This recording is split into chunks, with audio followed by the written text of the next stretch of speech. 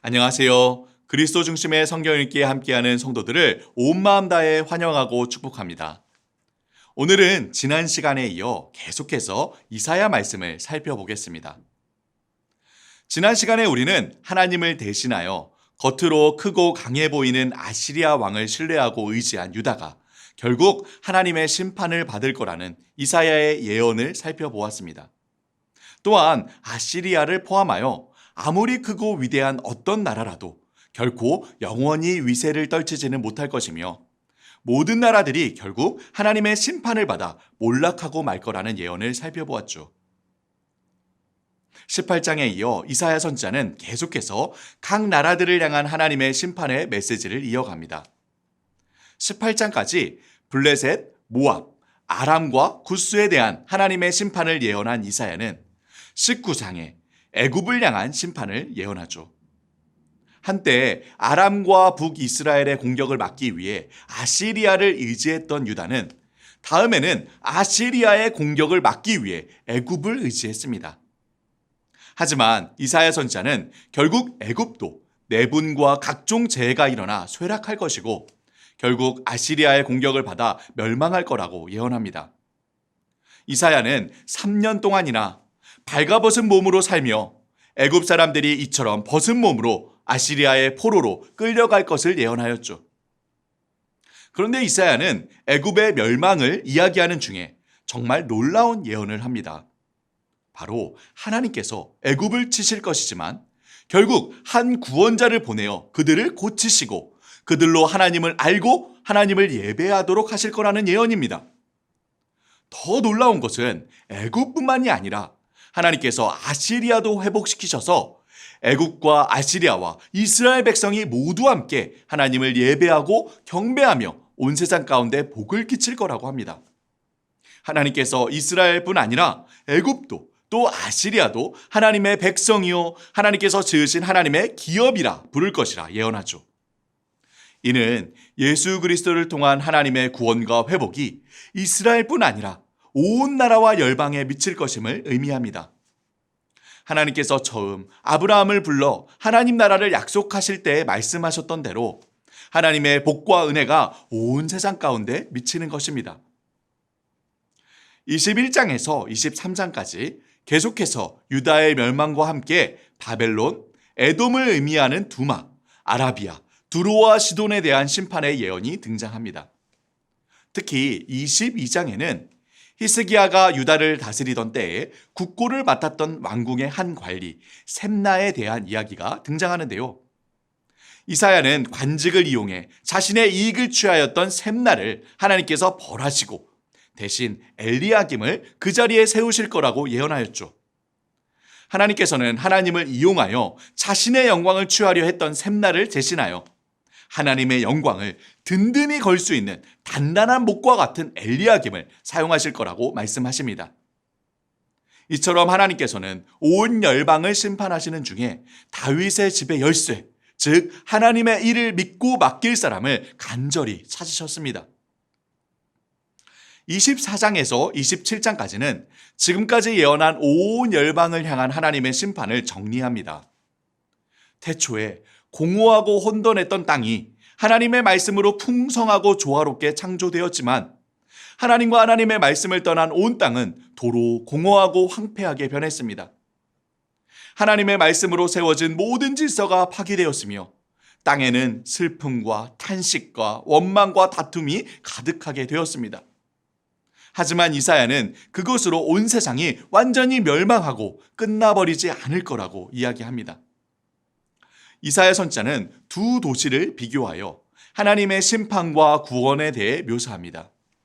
앞서 이사야가 예언했던 모든 나라들, 유다를 비롯하여 아시리아, 바벨론, 애굽 등 모든 나라를 대표하는 교만한 도시는 타락하여 스스로를 하나님보다 높이고 온갖 불의하고 악한 일들을 제멋대로 저질렀습니다. 하나님께서는 이 교만한 도시를 무서운 심판으로 낮추시고 벌하셔서 멸망시키실 것입니다.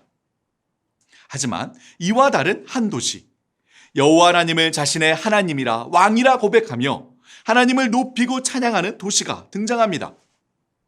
이들은 하나님 안에서 풍성한 복과 사랑과 은혜와 평화를 누리며 모든 고통과 죽음에서 해방되어 영원토록 견고히 세워질 것입니다. 이 도시는 유다 백성만을 의미하지 않습니다. 앞서 애굽도 아시리아도 하나님의 백성으로 불릴 거라고 언급했듯이 이사야는 온 세상 모든 나라와 민족 가운데 하나님을 왕으로 믿고 섬기는 하나님 나라 백성들이 세워질 것을 예언한 것입니다. 지금까지 온 열방을 향한 하나님의 심판을 예언한 이사야 선지자는 28장부터는 어조를 바꾸어 당시 유다의 상황에 집중하여 하나님의 말씀을 전합니다. 특별히 28장 1절, 29장 1절, 29장 15절, 30장 1절, 31장 1절 5군데에서 화 있을진저 유다에게 하나님의 화, 하나님의 심판이 임한 이유에 대해서 이야기하는데요. 첫째, 유다가 심판을 받은 이유는 그들이 교만하여 스스로를 높이고 자기 욕심을 채우기 위해 왕이신 하나님을 떠났기 때문이며, 둘째, 하나님의 말씀을 멀리하고 무시했기 때문이며, 셋째, 하나님의 말씀과 뜻이 아닌 자기 계획과 뜻을 믿고 따랐기 때문이고, 넷째, 하나님의 말씀을 대놓고 불순종했기 때문이며, 끝으로 다섯째, 하나님 대신 겉으로 강해 보이는 나라의 왕들을 의지했기 때문이었죠. 이처럼 하나님과 하나님의 말씀을 떠나 자기 뜻대로 행하며 이방 나라의 왕들을 의지했던 유다는 결국 하나님의 심판을 받게 될 것입니다. 유다가 의지했던 온 열방의 왕들도 한때 하나님의 도구가 되어 유다 백성을 심판하는 데 쓰이겠지만 그들 역시 결국 하나님의 심판을 받게 될 것입니다.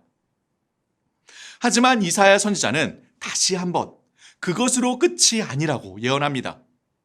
장차 한 왕이 일어나 공의와 정의로 다스리실 것입니다.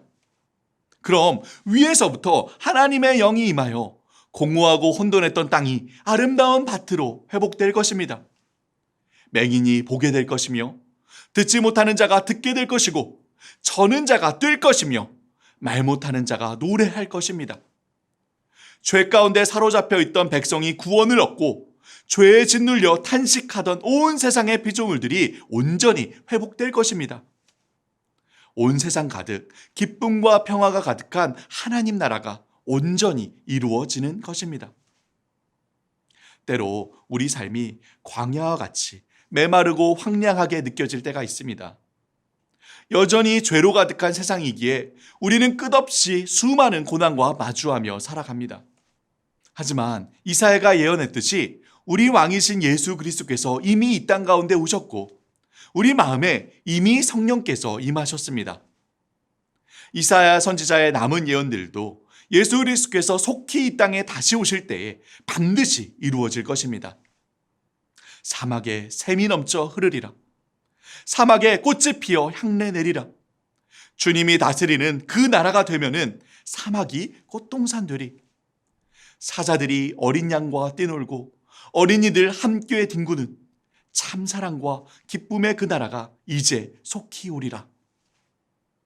사랑하는 성도 여러분, 우리 왕이신 예수 그리스도께서 이 땅에 임하여 광야와 같이 황폐했던 이 세상을 하나님 나라로 회복시키셨다는 이 기쁜 소식, 복음의 눈으로 세상을 바라보며 삶을 통해 온 세상 가운데 하나님 나라의 풍성함과 아름다움을 증거하시기를 주님의 이름으로 축복합니다.